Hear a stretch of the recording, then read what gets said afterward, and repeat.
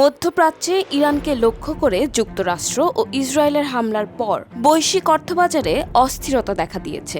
সংঘাতের প্রভাব বিবেচনায় নিয়ে বিনিয়োগকারীরা ঝুঁকি এড়িয়ে চলায় একদিকে আন্তর্জাতিক বাজারে অপরিশোধিত তেলের দাম বেড়েছে, অন্যদিকে শেয়ার বাজারে নেমেছে দরপতন।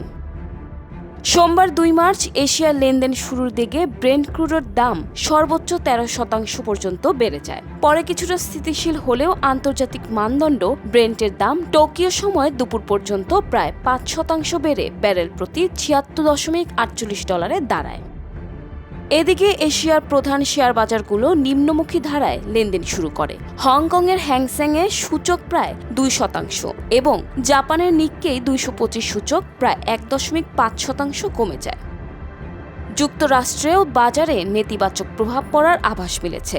নিয়মিত লেনদেন, সময়ের বাইরে লেনদেন হওয়া স্টক ফিউচার্সে উল্লেখযোগ্য পতন দেখা গেছে, যা ওয়াল স্ট্রিটে অস্থির দিনের ইঙ্গিত দিচ্ছে। S&P 500 এবং প্রযুক্তি নির্ভর নাসডাক কম্পোজিট সূচক অনুসরণকারী ফিউচার্স উভয়ই প্রায় 0.7% করে কমেছে। বিশ্লেষকেরা বলছেন, মধ্যপ্রাচ্যের উত্তেজনা দীর্ঘায়িত হলে জ্বালানি সরবরাহ ব্যবস্থা ও বৈশ্বিক অর্থনীতিতে এর প্রভাব আরও গভীর হতে পারে। ফলে সামনের দিনগুলোতে বাজারে অস্থিরতা অব্যাহত থাকার আশঙ্কা রয়েছে।